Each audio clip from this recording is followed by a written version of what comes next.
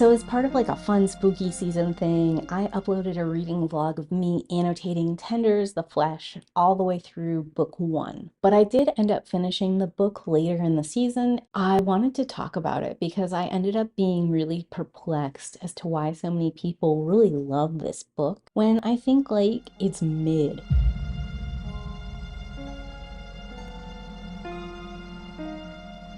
So starting off with the good, I love the world building in this book. It's just phenomenal. Historically, I have recommended Dune as the book to read if you want to see about science fiction, fantasy world building, and I think I might update that to make Tenders the Flesh be the new book that you should be reading if you want to see good world building in action. I just think it's so clever because for starters, Tenders the Flesh starts with a premise like all the meat that people were eating previously has been tainted by a deadly virus, and they've turned to cannibalism to counteract this. That premise just invites questions to start with. Forms of vegetarian slash veganism have been a thing since ancient Greece. And I know like in Eastern religions, teachers like Buddha often supported a vegetarian slash vegan lifestyle. And even if we're looking at like the modern Western world, veganism has been a thing since the 1940s. So we actually have quite a bit of nutritional information about that diet available in a world where all meat has gone bad. What would make people so desperate or hungry that they would decide to raise a whole subset of the human species like you would cattle?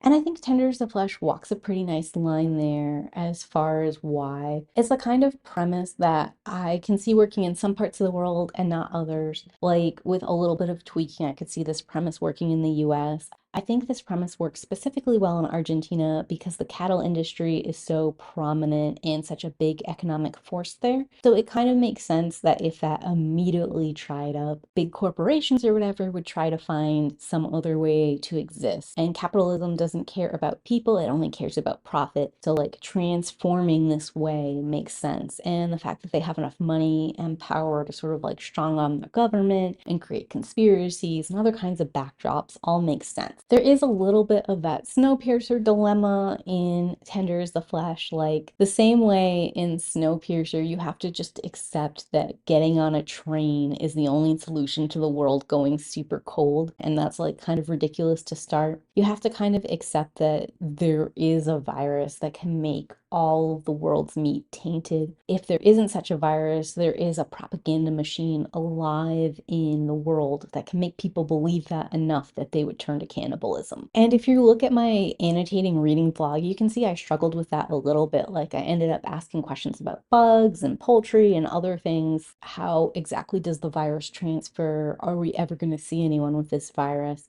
And I think the fact that we're following Marcos around and he is like a meat distributor also helps with the world building because we get to see all the different ways that we have like separated this one branch of humanity from meat. You know, this is answering all of the questions that we might have if suddenly animals weren't available to us. Obviously, it works on a horror setting too, since this is like sort of a dystopia horror novel. There's quite a few scenes that are very chilling and scary, and there's lots of elements rife with body horror and like thinking through implications of certain things. The anti-capitalist theming within the novel is also excellent, like intensifying the consumption that happens under capitalism to be about literally eating other people alive is a very powerful metaphor and symbolism, and I think it all works really well the way that it's done in this book. Enjoyment might not be the right word here, but I found it to be like satisfying in a way that someone else was seeing this element of capitalism and calling it out and putting it in such like a grim, brutal way that no one could pretty up.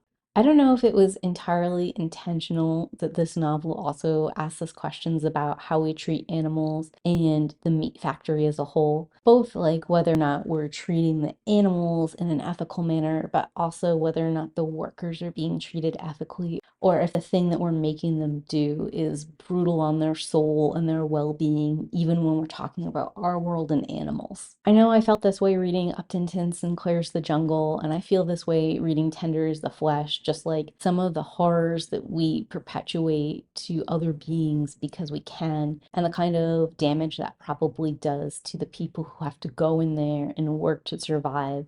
it makes me sad thinking about it, and it makes me like feel like as a society there's just these pitfalls that we've fallen into, and I don't know how we get out of them. The horror for me is how much of that is in our real world.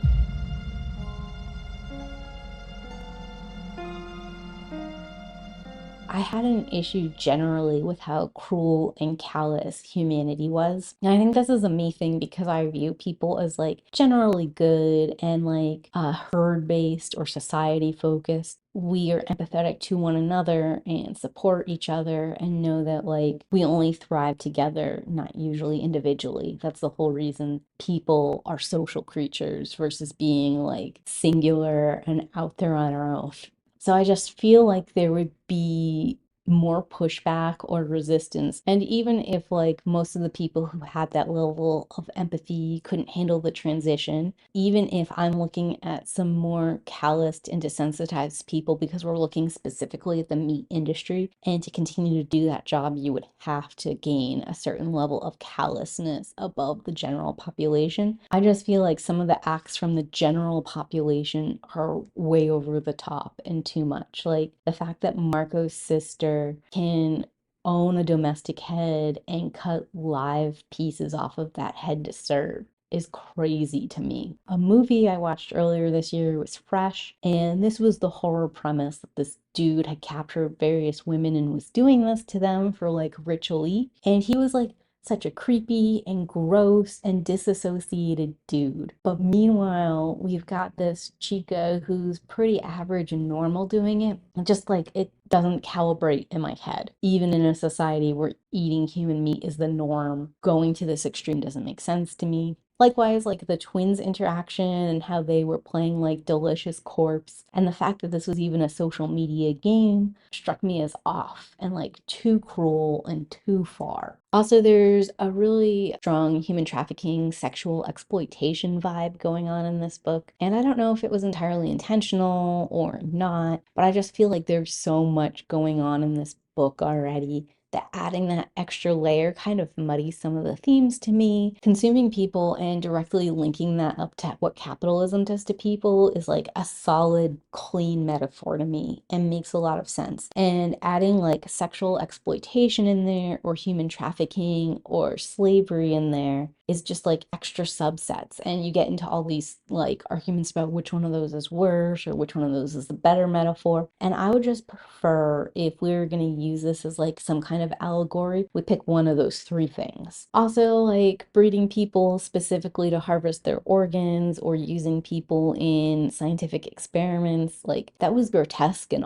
awful. I could see its place in a horror novel, but again, I don't think there's any payoff for it in this specific book. Like they didn't go into the weeds in that enough or thematically tie it into Marco's story. So like I got excited to see that part and to see where they were going, and then what they did with it was just kind of underwhelming to me.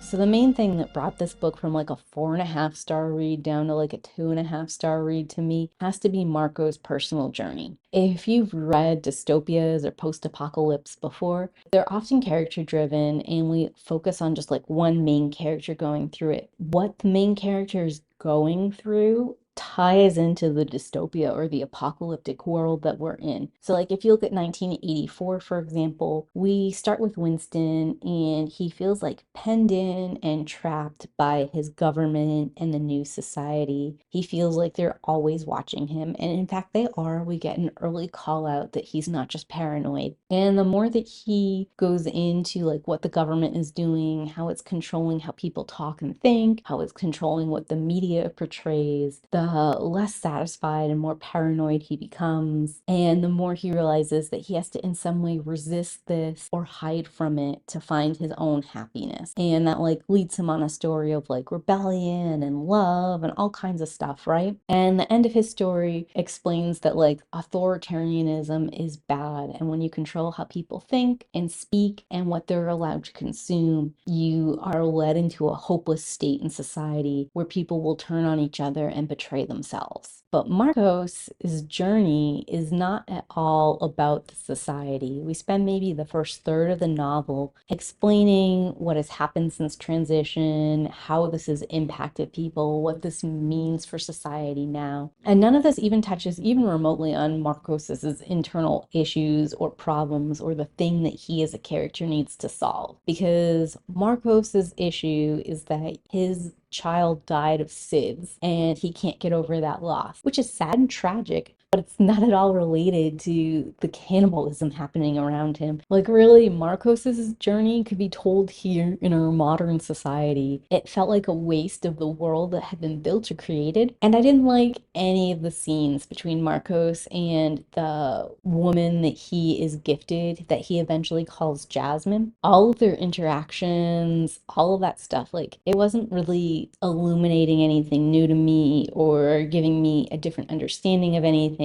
or leading to different horror or chilling tales. It made me hate Marco so much that there's just no way back for him. Made me feel so sorry for Jasmine, and it never gave me any insight into Jasmine as a person or a being, even though I knew she was a person and had her own thoughts and feelings about things and her own understanding of things, and would have loved some insight into that. That's just not what we get from the story. I think the point was that thematically Tenders the Flesh showed us on like a worldwide scale what capitalism does, and then it showed like the cruelty on an individual scale that capitalism and consumerism can create amongst one person on another. But it just doesn't really work for me. Like, I don't buy that because you're forced to be in a certain kind of system, you will stoop to the same extremes as the worst of that system. And there are other issues in Tender is the Flesh besides the fact that people are cannibalizing one another.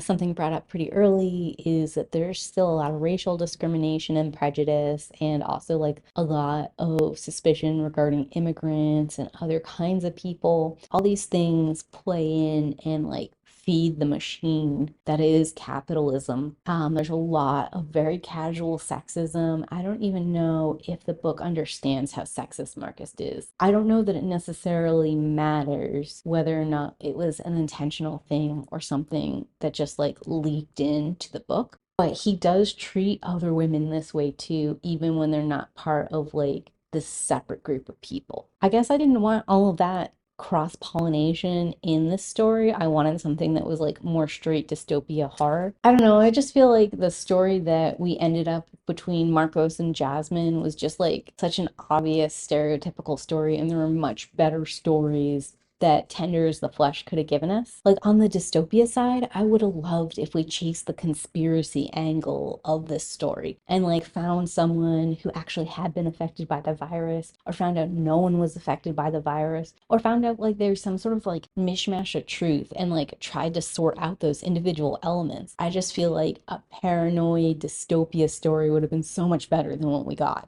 Or on the horror side, if we had chased those human experiments down or chased the organ donation down, like a natural element of this story probably would have eventually gone to would have been using these human people as unwilling surrogates. We could have even still combined Marco's story about like himself and Jasmine with the human experimentation and like had that extra element of him like beta testing this out. Maybe like him protesting how Jasmine is treated in the cold clinical setting, eventually convincing them to take her home. There could have been a whole extra element to this, and this being like part of the new norm and the coldness of all of that going in. That would have added extra horror, I feel like, and extra avenues we could have explored that would have been preferable in so many ways to what we got in this like secret Marcos Jasmine story. And if we're looking for a dystopia horror team up, I would have loved if we had explored the potentially addictive quality of the new form of meat as discussed by the scavengers. The whole fact that the scavengers exist and are like hungry for this meat and desperate for it in a way that's never before seen is something that